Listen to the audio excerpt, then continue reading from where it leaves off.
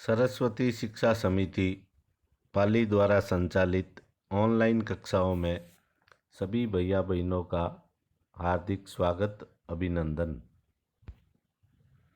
प्रिय भैया बहनों, पिछले प्रकरण में हमने जनजातीय समाज और जनजातीय लोग कौन होते थे, जिसके अंतर्गत हमने प्रमुख जनजातियाँ जैसे नागा, अहोम, भील, कोली, खोकर इत्यादि के बारे में अध्ययन किया था।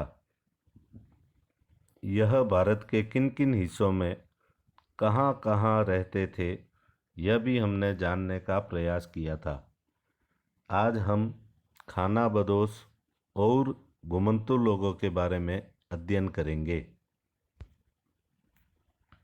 खाना बदोश और घुमंतू लोग कैसे रहते थे।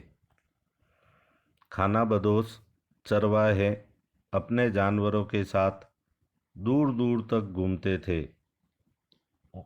उनका जीवन दूध और अन्य पशुचारी उत्पादों पर निर्भर था। वे खेतीहर गृहस्थों से अनाज, कपड़े, बर्तन और ऐसी ही चीज़ों के लिए ऊन, घी इत्यादि का विनिमय भी करते थे। अपने जानवरों पर सामानों की ढुलाई का काम भी करते थे।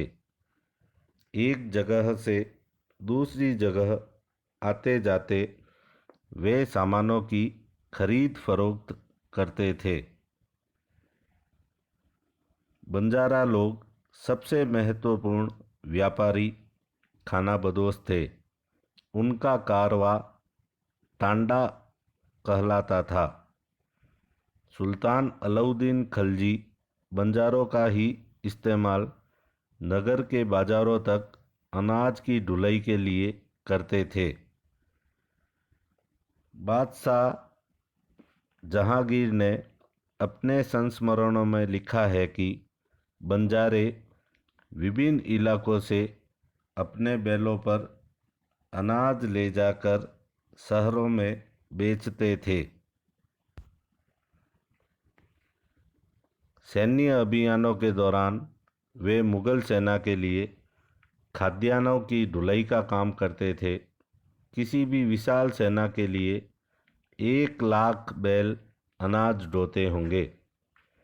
कई पशुचारी जनजातियाँ मवेशी और घोड़ों जैसे जानवरों को पालने पोसने और संपन्न लोगों के हाथ उन्हें बेचने का काम करती थी।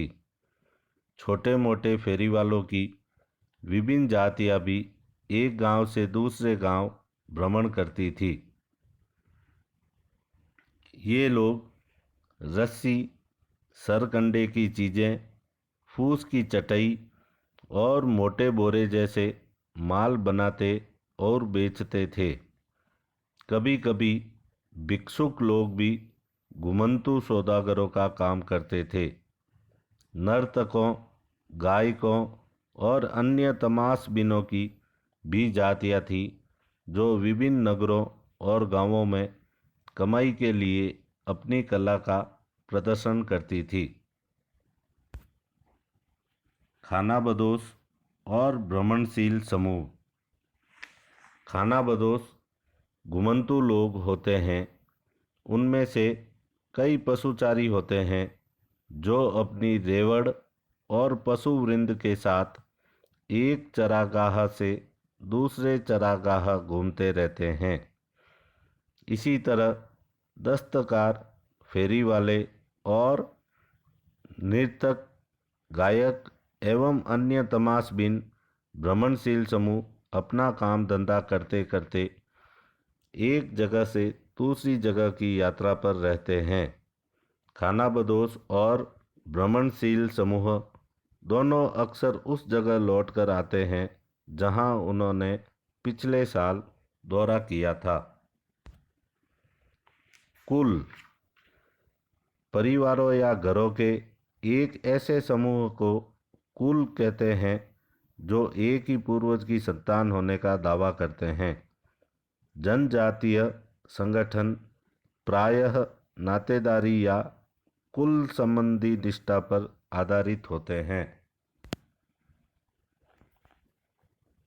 भैया बहनों, कक्षा कार्य के रूप में आप इन 4 प्रश्नों के उत्तर को पूर्व में जो स्लाइड्स दी गई है उनमें से उत्तर ढूंढते हुए और अच्छी तरह से आज के प्रकरण को समझते हुए इन प्रश्नों के उत्तर देंगे।